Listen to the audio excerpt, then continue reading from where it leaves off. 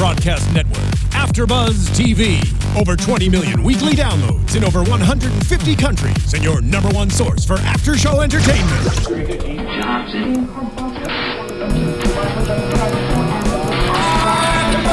AFTERBUZZ TV, the destination for TV superfans. Producing aftershows for over 300 of your favorite TV shows. Interviewing celebrities and showrunners. And bringing you behind-the-scenes exclusives. All thanks to E! Entertainment's Maria Menounos, producer Kevin Undergaro, and internet leader Akamai. Now, let the buzz begin! Hey fans, thank you so much for joining us today. My name is Christy Olson, and this is AfterBuzz TV's Spotlight On. Now I have someone here, an actress with over 100 credits on her resume. You know her as Witherspoon's BFF, Streisand's maid, and Chachi's wife. But we are currently loving her so much as Abby's big mouth bestie on Girlfriend's Guide to Divorce. Everybody, please get excited for Alanna Ubach. Thank you. What an intro. I know, right? I worked on that one. Oh my gosh, that was just so juicy. Thank you, darling. Well, there's a lot of juicy stuff to talk about. Yes. And the finale is happening in mere minutes, like hours here for Girlfriend's Guide to Divorce. That's right. In fact, every once in a while we'll get together at Marty Noxon's house and go live tweeting at her house because she gets the East Coast feed. So that's very exciting because we're all out on the West Coast. So it's very, it's very selective who gets to host at their house and what have you. Who gets the invite and stuff, yeah. Well, who can actually, put out, live tweeting in the East Coast, but it's hard to get that device. It's very difficult. Right, to get the tweeting down. Yeah, I never hosted a party. I'm only West Coast. What are you going to do? Well, do you guys drink wine like the ladies on the show when you do all that? Oh, sure. Yes. Leslie. I suspected. Yes, exactly. It's hilarious. Marty Noxon and everyone, she'll have a beautiful little presentation of cheese and crackers and grapes and chips and salsa and whatnot, and I'll sit there with my chips and salsa and gorge while I'm watching the show. Really a nervous wreck, hoping that there aren't any haters on the Twitter following.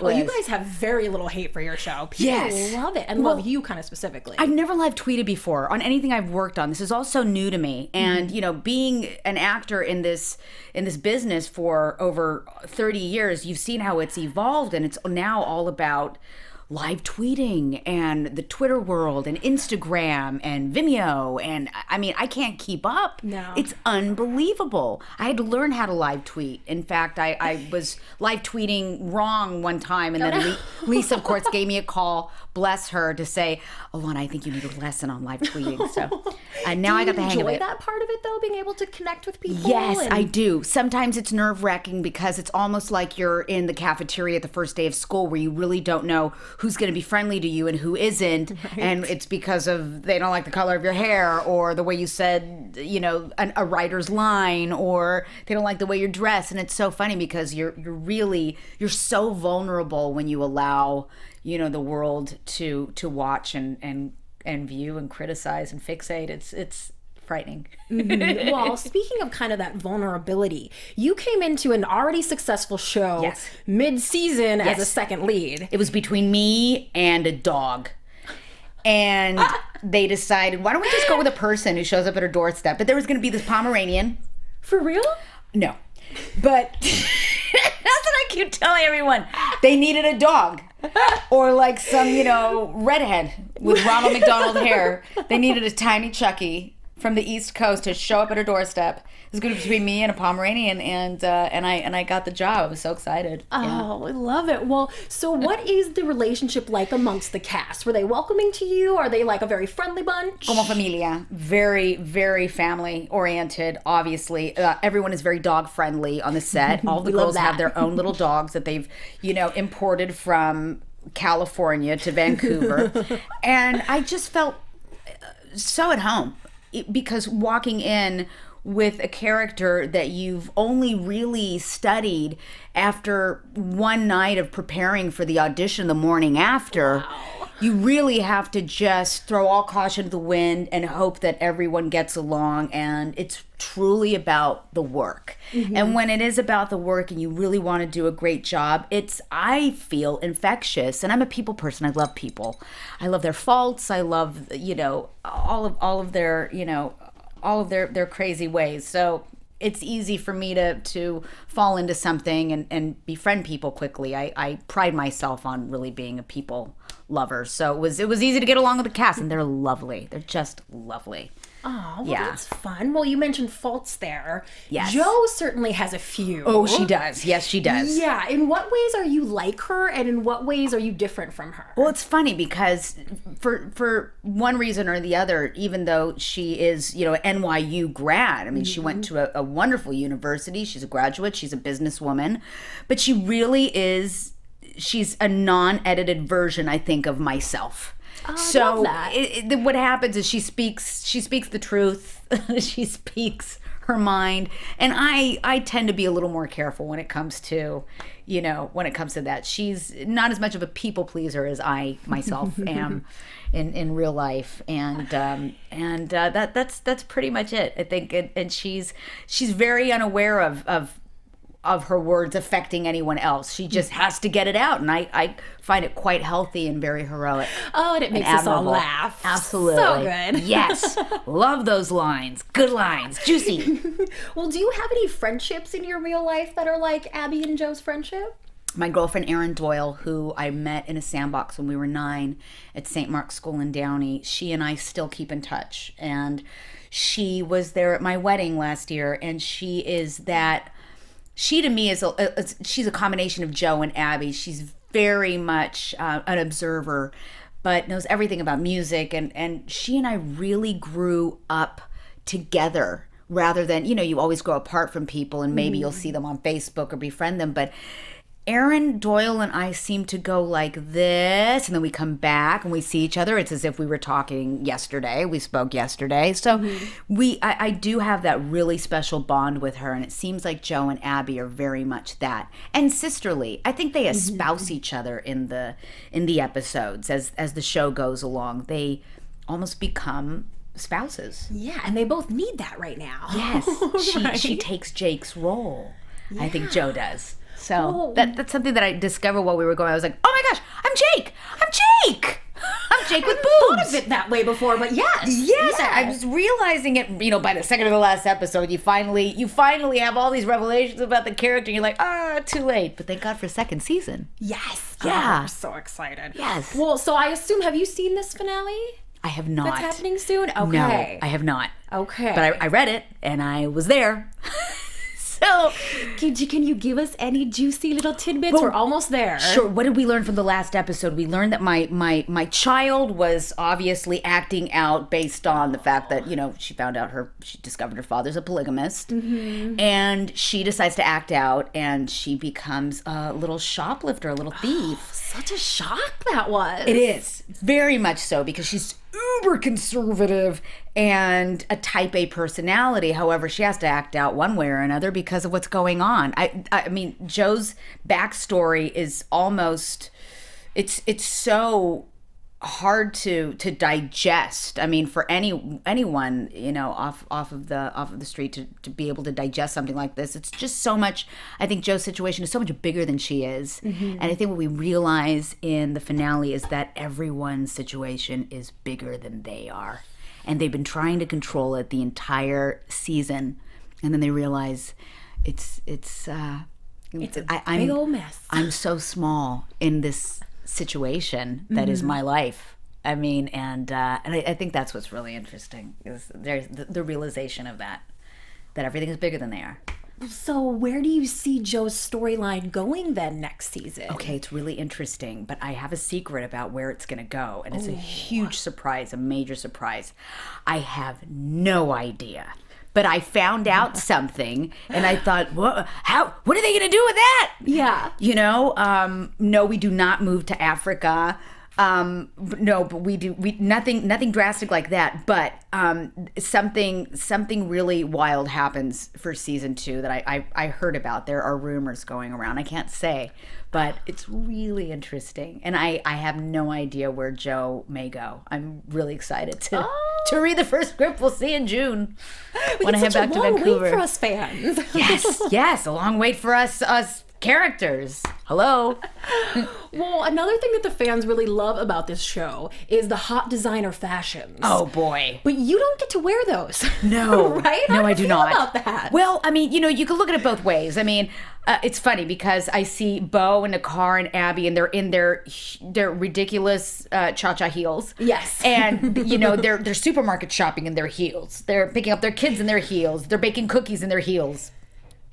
And I'm in these flat shoes, and although they tower over me, I am around, I mean, I'm acting with sequoias. And just thinking to myself, when did actors become tall? This makes absolutely no sense. Aside from that, I'm really comfortable, thinking to myself, well, during lunchtime, if I do get a little stain on my shirt, I don't think it's such a big deal. Whereas Nakar, who's in like a Hervé Leger, she gets a stain on it, then, they have to have doubles for that. That's a huge deal.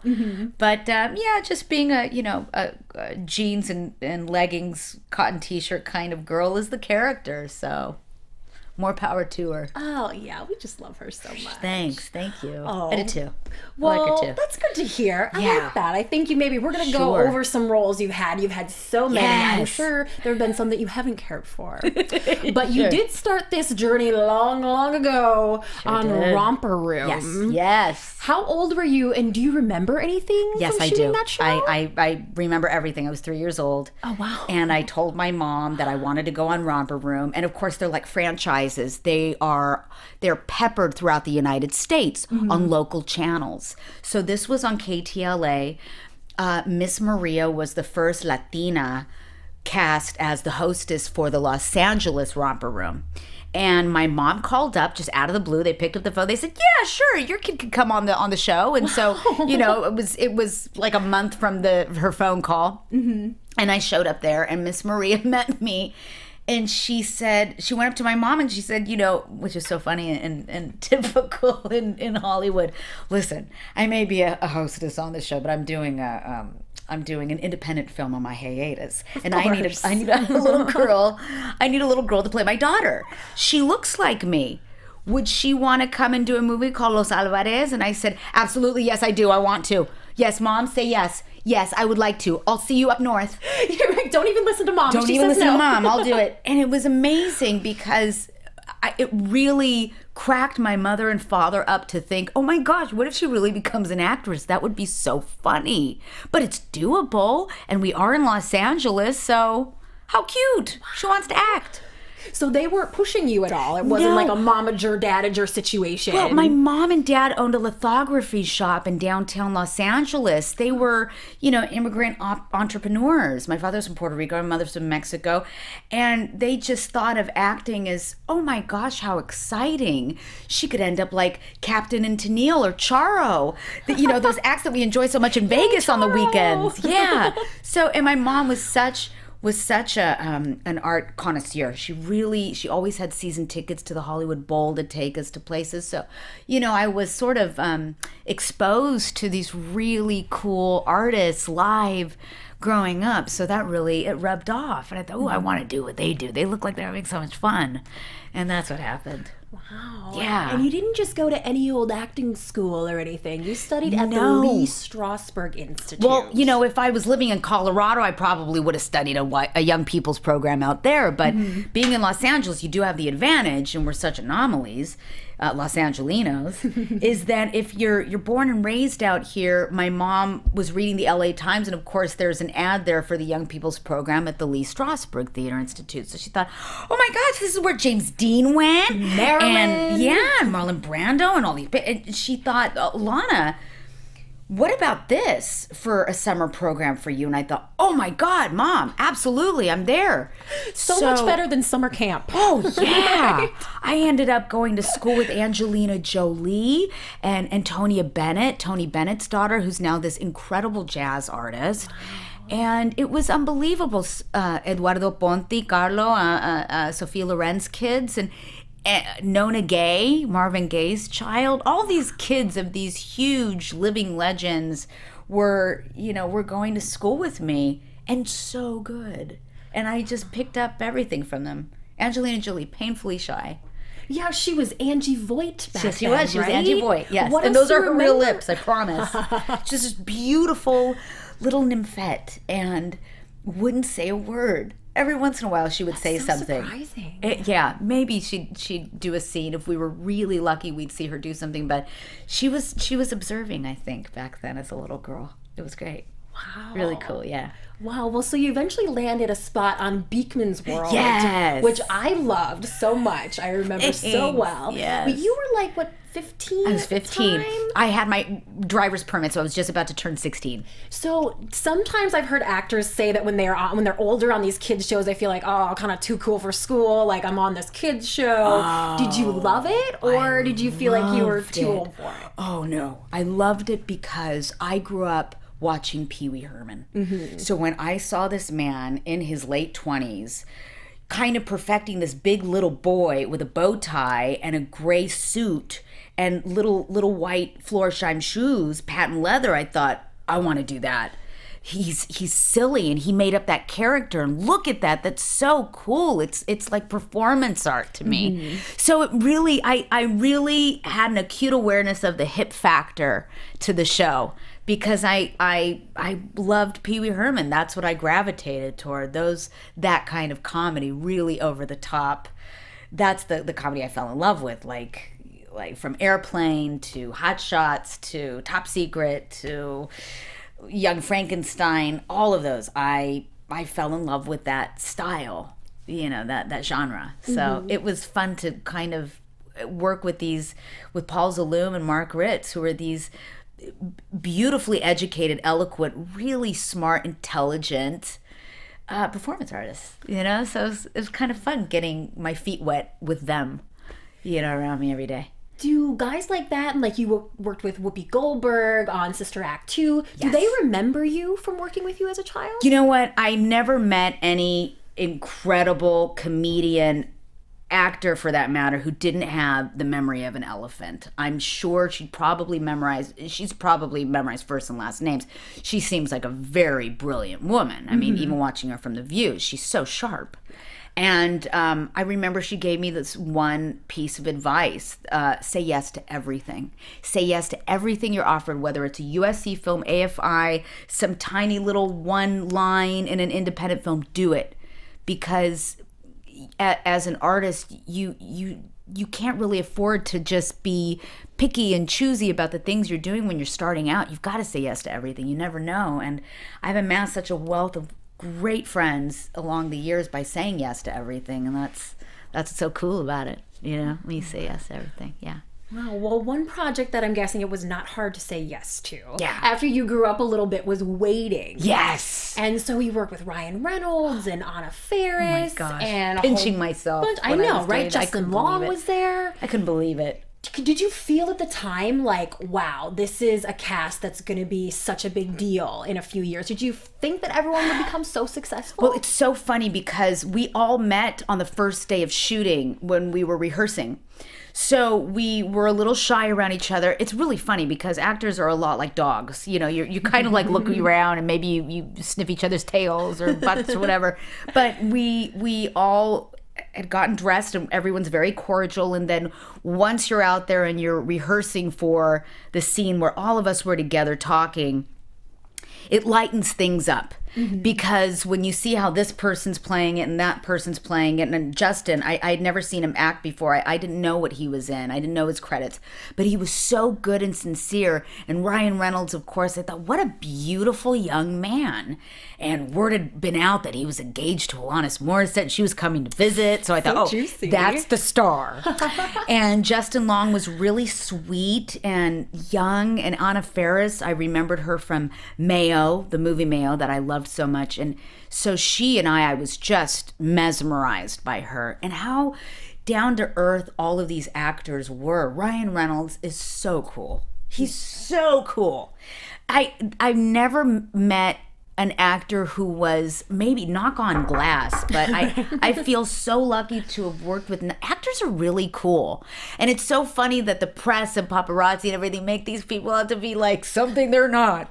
But they're really down to earth people. It's so funny. So when you meet them in the work environment, you're just like, oh, they're just like everyone else. And they just they're sweet. They're coffee drinking, hot dog eating artists and happen to really love being funny, and making people laugh. It's cool. Yeah. It's cool to have that in common with everyone. Wow, so when you did get comfortable with everybody on set, yes. was there a lot of behind the scenes hookups with a cast that's like young and sexy? Well, it's funny because on a fair, you know what? It's funny when you're an actor and you're 25, you think you're 45 and you act like you're 45. When you're 35, you act like you're 70. When you're in your 20s, I remember with Jessica Caulfield and Reese Witherspoon, we acted like we were in our late 30s. There's a sense of professionalism that you have to sort of hold on to and consistently, abide to while you're working, because that you're very lucky and that you could get replaced like that. So I tend to not, crap where I eat half of the time. You know what I mean? It seems anytime I feel like, if there was any kind of sexual tension going on the set or anything like that, I don't know. I tend to stay away from it. Shut it down. Yeah, I'm just so afraid of getting fired. I mean, that's my big fear. Oh my God, I'm gonna get fired if I step on someone's toes, or there's an affair or this and that. But Anna had a boyfriend, so and I think everyone there, Emmanuel Hideki, she had a boyfriend. All these hot girls were taken, and the guys were very aware of that. And Ryan Reynolds, of course, there was, Alanis Morissette came to visit him on the set. And so, everyone was sort of taken. Yeah. Did you get to meet her when that happened? Oh, yes. I got to shake her hand, and she had her hair really short at the time, and she was just very personable and cool and looks at you straight in the eye, and you just tell that's a really intelligent, cool Canadian chick. I like her. And you saw how they got along really well, and it's just really neat. I just spoke to Bayless on the phone like 2 hours ago. Jeff Bayless, the producer. Oh wow. Yeah, of Project Greenlight. Yes. Mr. Ginger Man, asking him, how have you been? So we just caught up recently.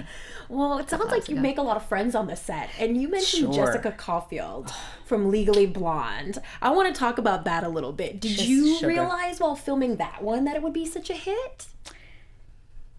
Gosh, you know what? There was so much anxiety, I think, around the set. Really? Because the stakes were high. We were doing a studio film. And you don't know where it's going to go. You don't know how it's going to land. But Universal is watching you. And the dailies, this, dun, dun, that, and the other. And there's a lot of pressure going on. Mm-hmm. But, Reese and Jessica, they were so down to earth. And really made it so much fun. And Jessica loved to improvise. So the two of us together, I felt like we were Laurel and Hardy, boobs. It was awesome. And she was just fantastic. Very, just so, is such an old soul, and probably one of the smartest people I've ever met in my life, who's done a lot of dumb blondes, but she's the smartest chick you've ever met. Really, very ironic when you meet her. Oh. She's like genius. It's like Reese, like the mind goes a mile a minute. It's pretty wild. Yeah. Oh, well, you guys kind of stole the show on that one, you and Jessica, I feel Bless like. you. Thank you. Are you guys still tight? I know you did some writing together right around that time, and are you still friends? We did. We dabbled, and then Jessica moved to Ojai. Oh, wow. Yes, she just had a beautiful baby girl. Oh, congratulations, Jessica. Yes, and this is a great story. I was actually on my way to her baby shower, about a year and a half ago. Was it 2 years ago? 2 years ago, I was on my way. Everyone was on their way to her baby shower in Ojai, and then I get a text saying, her water bag broke. Oh, my gosh. So I had to make a U-turn and go home. But yeah, that was really ironic. Didn't become the reunion it was supposed to be. It's unbelievable. Yes, and she's just an incredible mommy, and just has a beautiful baby girl. It's so cool. It's fun keeping in touch with all these people now because of Facebook. Yay! Mm-hmm. You can always stalk people and find out what they're up to and look at the pretty pictures. Well, do you remember, I have to ask you, do you remember how to do the dog catcher? Dog catcher, do the dog catcher. Tony Basil choreographed us. Wow. Yes. I was so excited. I miss 80s. I love everything 80s. That was so good. Oh my gosh. I thought, oh my God, oh Mickey, you're so fine.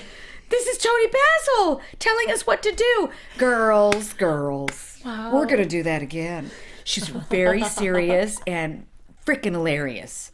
And we got to rehearse in her studio right behind this lovely little kind of adobe Southwest sort of looking house with a bunch of cacti in front in the heart of LA. I think it was like right off of like La Brea, around that little area is where she lives. And she's just she takes it so seriously. She's such a wonderful freaking diva.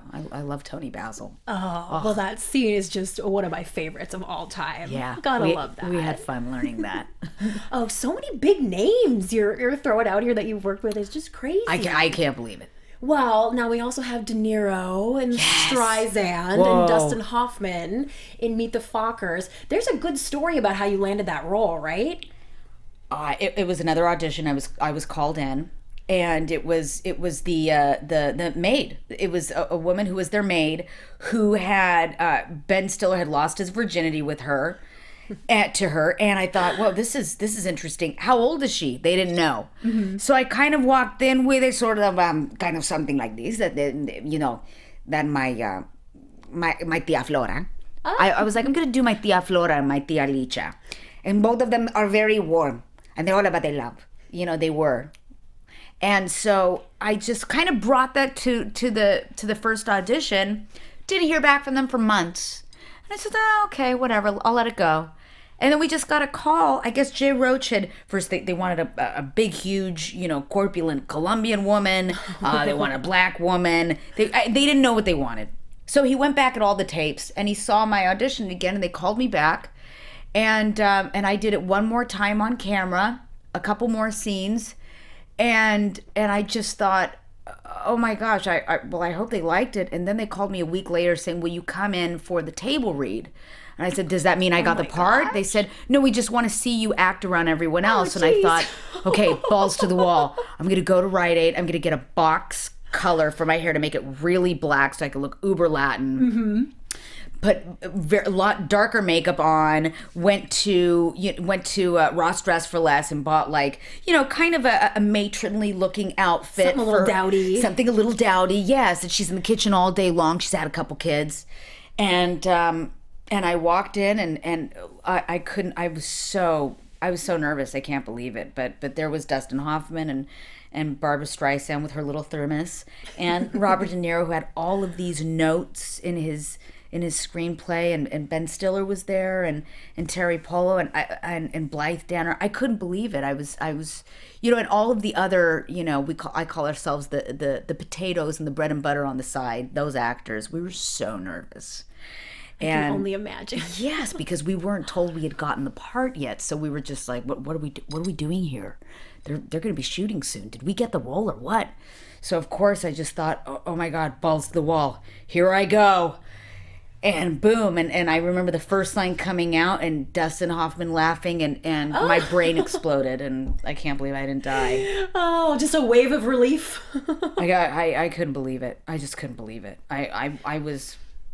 You only dream of something like that, and when it's a part that it's a character role, and you get to not look like yourself, and you get to change your freaking accent and your ethnicity and work with these greats, you're like,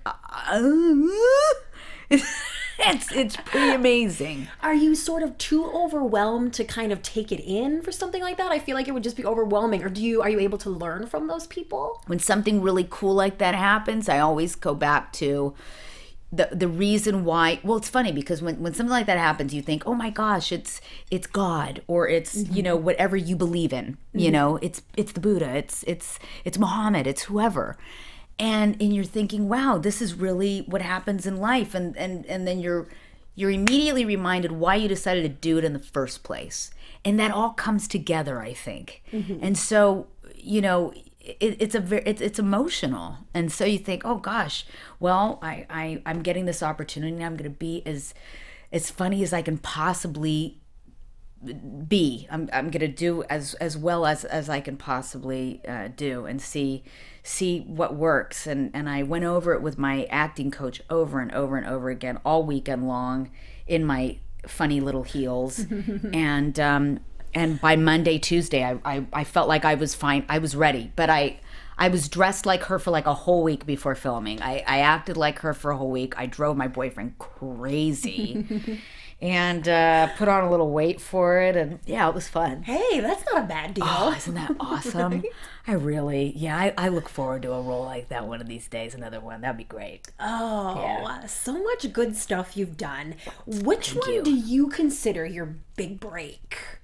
Oh my gosh, I would consider, well, right now, Girlfriend's Guide to Divorce a big break for me. As long as I've been doing this, I really did feel like this was a role where I could really, it had wonderful dialogue, great storylines, great actors. It was on a really popular network, and it was, similar to the shows that I love watching. So I really responded to it, and I thought she's just funny enough, but there's a little bit of drama there, and there's just enough to kind of encapsulate everything that you want to play in something. You want the drama, you want the comedy, you want the broad, you want the more subtle, and it's exciting because I've never really played a part like her. But I always thought my big break, and it was only because my true big break, I think, was Waiting. It really, I think it's because I so enjoyed playing that role. And I remember taking my mom to the premiere. She had no idea the crotch shot, everything was going to happen. Oh no, you didn't warn her? No, I didn't. I wanted to see her reaction. And I remember just thinking, this is kind of zeitgeisty and cool. I'm making all these little boys laugh. And there's nothing more fulfilling because it was naughty and it was dirty and I love naughty humor. I love it. And to me, that was a big break. As far as Fockers, Waiting, Fockers, Girlfriend's Guide, I think was really boom. Oh, Yeah. well, you've had a few of these kind of naughty roles, and we've seen Joe get a Sure. little lusty too. Oh, yeah, sure. What is like the most outrageous thing you've had to do on camera? You know what? Show my butt at a funeral in Californication. And it's really funny because I just thought, let me try this. So on one of the takes, David Duchovny gets up and I'm can I use any kind of profanity on this? Go for it. Maybe to an extent. Okay. Yeah. Well, okay. Let's do it. I'm going down on David Duchovny at my husband's funeral, and I get up. We're all adults here, and I get up and I confront. This is so funny, but I confront Maggie's character. I get up and she and I are going at it or something like that. We're in a huge fight. And I remember I thought, wouldn't it be funny if my skirt or my dress was kind of hiked up while I'm talking to her, and I'm pretending to stick it in pants because I'm so drunk. And I thought, I'll just stick it in my underwear. And I remember I was wearing my own underwear, and they were, you wash your underwear with like other like whites and darks and fuzzy, sweats. Right. So there were all these like little fuzzies on my underwear. It looked awful. And I thought, this is going to be great. Because I don't think this is the kind of character that cares about getting the fuzzies on our underwear. Right. So I showed that, and there I was, practically butt naked with my ugliest pair of underwear on at the Hollywood Cemetery at my husband's funeral. Oh. God help us all. But you know what I mean? Whatever makes them laugh. Yeah. Absolutely. Oh, well, you certainly are a brave one, Alanna. Has there ever There's been... no other way. Right? There should be no other way for women. Well, have you ever turned down a role because of a personal belief or boundary, something that you didn't want to do? Absolutely not. My work is my religion. I mean, to me, my work is my religion.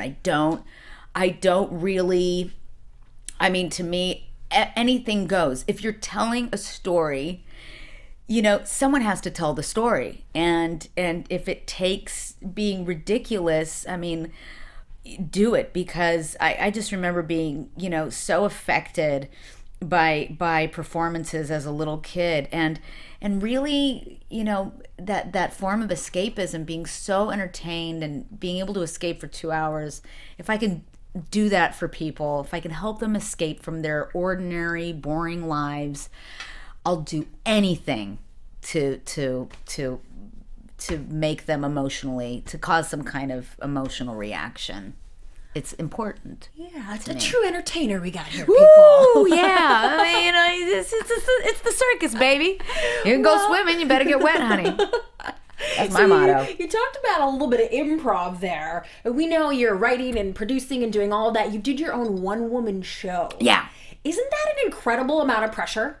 Like, because you're the everything, right? Yes.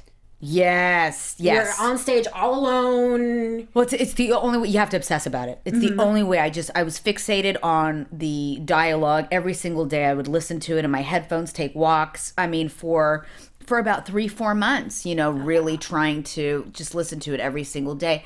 And I remember being really afraid of going on stage in New York. And then I flew out to go see Downey perform at Berkeley, and he did his one-man show called Taking Over. And Downey makes it look so easy. And I was naive. I just thought, well, that looks so cinchy. I could do that. And I get to New York, I'm like, oh my God, it's so scary up here. But you get into a routine when you're doing theater. You get into this routine of going to sleep at a certain hour, waking up at 12 noon, fixing yourself something to eat, taking the subway to the theater, giving yourself a couple hours of meditating and preparation. And then before you know it, it just becomes second nature. It's the leaving and the closing night that really is sort of depressing and hard to let go of. It is. It always is. Well, I think if you're sad that it's over, then you were doing the right thing. There you right? go. You're gonna miss it. It's like the stage was your best friend for a couple months, and then you have to say goodbye. Aww. Move on. Well, did that come from a desire, to do it all yourself? Like, when I think of a one-woman show, I'm like, yes, I would love to do that. I could write it, I could do this, and I would be in control of it all, and no one else could screw it up. That's the thing. And what's so funny is that these were characters that I had been doing for years and years and years and years. And I thought, how much fun would it be? But, I had seen Search for Signs of Intelligent Life in the Universe when I was a little kid. It was Lily Tomlin's one-woman show. And I didn't have a Jane Wagner, so I thought, let me try and write this myself and see what I can do, and try to put it together. Ian McCrudden, a writer-director friend of mine, had read it and said, "Oh, I can help you with this. Let's streamline all of these. What if they all knew each other? How do women? How can they all meet up?" I was like, "Well, public restroom, yeah, okay, yeah. What about the narrator? Where would we put the narrator? Oh, she's one of those people that works in the public restroom. The people that give you the lollipops and all that crap. Great, done." And it was almost like putting a puzzle piece together, and that's so much fun. When you can sort of, grab all these characters that and make them all meet in one way or another. It's like it's doing a giant puzzle, and it's if you look at it that way, then it's not as it's not as much of a difficult feat. As daunting. It's not as daunting, exactly. So doing something like that, you just have to find the fun in it. Otherwise, if you're trying to control everything and this, that, and the other, my whole thing was just the character development of all of it. I just thought I'm just going to concentrate on that because I'm not the best writer in the world, but I do know people. And if I can find the humanity of all these little characters together, then I've done my job. Check. That's Done. it. Yes. Otherwise, if I try to control everything, you just get you set yourself up for a major disappointment all the time. Always. It's gonna happen. Well, and it hasn't all been fun and games and jokes and things, right? No, for sure. Right? It's a tough business. Yeah. Yeah, you got to get used to the rejection. That's the worst part of it. Well, you didn't get any last year. You played a suicidal woman with multiple personality disorder, being right? us. To a ton of critical acclaim. Thank you. Yes. You must have to approach a role like that differently than your comedy roles, right? Well, it was something that I read. It was called Us, and I read it, and I looked at it. I thought, ooh, a woman with multiple personalities. I've never played that before. I'll do it. Cool. And a lot of women had turned it down, saying it was kind of misogynistic and sexist, and they were too afraid to put this woman, to be the subject of such, sexual extreme circumstances. And I thought, no, I want to put myself in those circumstances. It's freaking acting, for God's sakes. I'm not really putting myself in these circumstances. And I've seen way more disturbing stuff than this. In real life, right? I mean, come on, Jim Jarmusch. I mean, all of those. I mean, I was like, this is so light compared to the stuff I've seen on. I mean, after watching Antichrist, the movie, I'm like, okay, I'm fine. I'm doing Being Us. So, you look at Being Us and you're like, okay, look at all these. Oh, I know this character. I know this personality that she does. I'm going to do my dentist. Okay. I'm going to do my ballet teacher when I was a kid. Done. So, doing a one-woman show really helped with the multiple personalities. So, because she had to switch from one person to the next. Mm-hmm. So I was like, oh, I got my feet wet with the one-woman show. I'll be able to do this. This will be fine. And so Sam Hancock, the director, and I got together and had a blast doing that. It was a lot of fun. Oh. Yeah, it does something to you. It's tough doing a major drama like that because it's depressing. It's really depressing. It does a lot to you.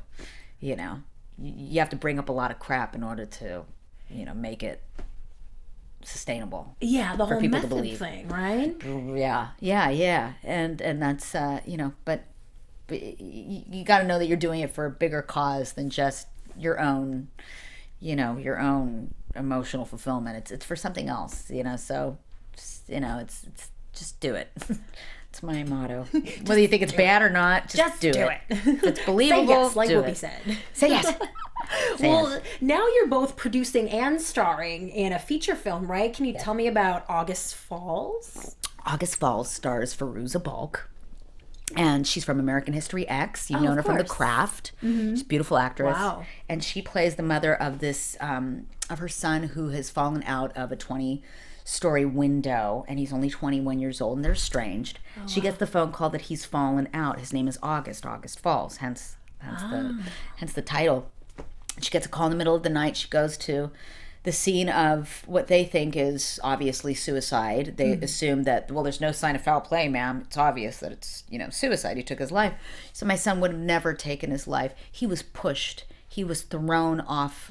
He was thrown out of this window. And so they decided to close it because it's the San Francisco Police Department and they have better, fancier cases to fry. Mm-hmm. And so she decides to take the law into her own hands and finds herself, doing her own investigative work with her son via text messages, looking at his emails and everything. And she ends up finding herself in like the midst of the heroin underbelly in San Francisco, which is really, really kind of unfortunately huge right now. Mm-hmm. And so she finds herself in the midst of that and finds out what happened to him, really. So it's so timely, very timely and tough, and Fairuza Balk's just beautiful in this. And I play the detective who tells her, stop coming to the office and telling me that you found all these clues. Case closed. Your kid killed himself. So it's it's very, the character is very cold and completely and totally unemotional about what her loss and what she's going through. But Fairuza Balk just gives a beautiful, seamless performance, and we're really excited. It's still in editing right now, so hopefully it'll be swimming the festivals. Knock on. Well, we'll be keeping an eye out for it. Yeah, thanks. How did you get involved in producing it as well? Sam Hancock, who wrote and directed Being Us, he and I hit it off famously, and I thought, Sam, I want to work with you so badly again. And I was doing other things, and he asked, I said, if you ever have anything else, let me know. I want to help you produce. And so he thought, really? I was like, absolutely. I think I can help you. So he sent me the script a year later, and I read August Falls, and I thought, this is awesome. I don't see myself as the lead. I see someone else as the lead, someone we haven't seen in a while, someone who's really amazing. What about Fairuza Balk? And we went to her, and she was like, yeah, I'll do it. Huh? Wow. Yeah. So we went to her and Charles Baker, who's from Breaking Bad. He's Skinny Pete. Oh yeah. And he is in it as well. And it's a great film. We're very proud of it. Oh, well, keep an eye out for August Falls, everybody. You've done so much great stuff. I mean, it's just kind of unbelievable. What experience or what job stands out to you the most? What job and experience stands out the most? Well, it's funny. Every single one is so different. Everything is different from the next. The different preparation, different everything. But what stands out the most, and this is something always that I had never done before, something that was completely and totally out of the ordinary, was Rango. Oh, yeah. With Johnny Depp, and we got to dress up as those animated characters, and we were filmed, and they would superimpose our emotional expressions onto the actual characters in post. That's so cool. So that was something that was unbelievable, because we basically worked with nothing and very minimal props. We were given little hats, and I would play a little boy who was an inbred rodent who was a cowboy, so they put a little holster on me and a cowboy hat, and and it was like doing a sixth grade play with Johnny Depp. And it was so much fun to see how good he was and dedicated he was to this little he played he was, oh crap, I can't even think of the word. He was oh my gosh, the animal that the right? the rodent that changes colors all the time, the chameleon. Yes. Thank you. And he's a chameleon lizard, and finds himself in the middle of the desert, and we played all of these inbred rodents, and all these great actors came in, and it was unbelievable. It was really fun. Beth Grant, and it was just such a treat to be working with him every single day, and dressing up like cowboys, and and just, being really over the top and doing different voices. And that was fun. And you do it without having to sit through hair and makeup. You don't have to sit through. Oh, what a treat. Yeah. Really cool. Oh, well, I have to ask you too, so many comedians and comedians that you've worked with, who stands out to you as the absolute funniest? Like, just off the cuff, improv, on camera, or behind the scenes, who just has you laughing Danny uncontrollably? DeVito. Danny DeVito is probably one of the coolest people I've ever. He's such an artist. You catch him. He has such a spirit about him. We worked on Renaissance Man when I was a little girl. I played his daughter, and then cut to 2 years later, I play his lover, his crack whore wife to be on It's Always Sunny. So we ran into each other again. I was like, Dan, I don't know if you remember me. He's like, I remember you, Alanna. What's going on? How are you? Did. Wow. He was such a sweetheart, and I caught him on the side of my eye. There was a big vase of beautiful red roses, and this said it all. When he became like my favorite actor, he plucked a petal from one of the roses and just went. And it was like this little private moment that I noticed him doing, and I thought, oh, I love him. He has such a joie de vivre.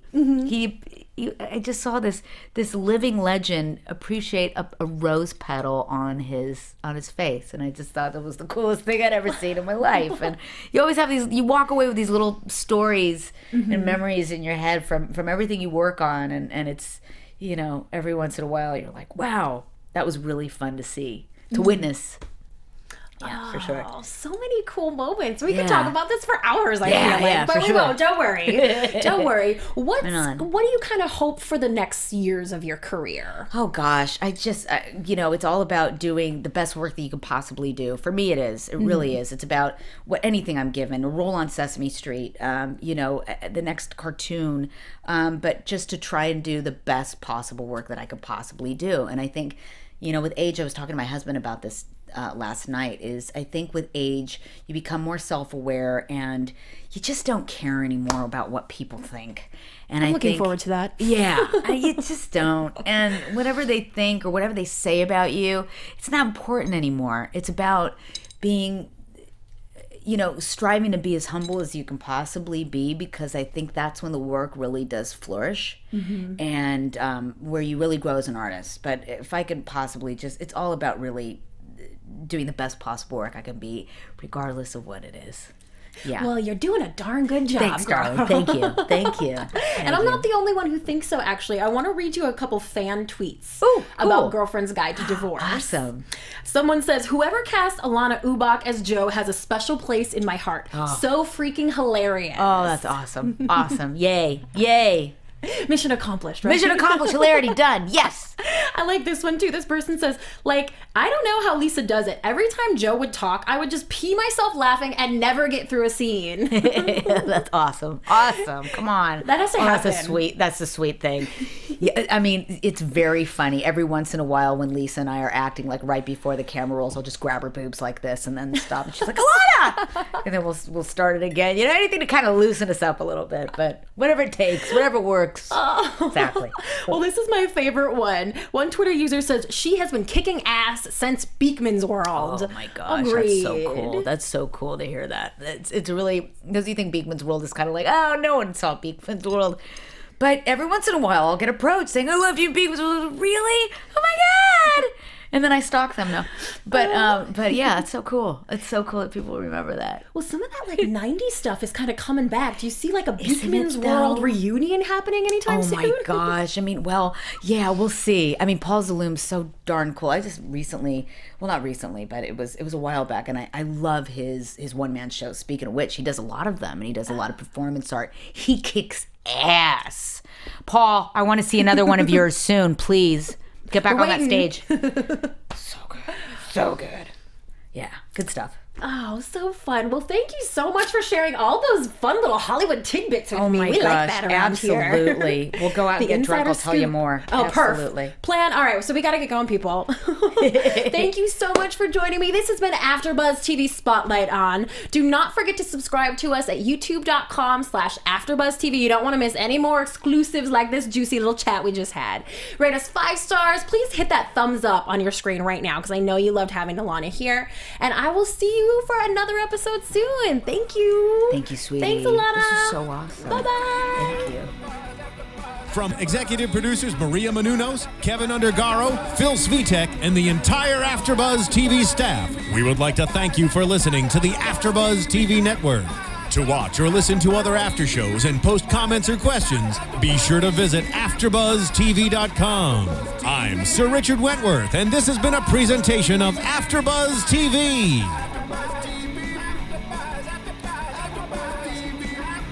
From executive producers Maria Menounos, Kevin Undergaro, The views Phil expressed herein are Svitek, those of the and host only and do not necessarily reflect the views of AfterBuzz TV or its owners or principals.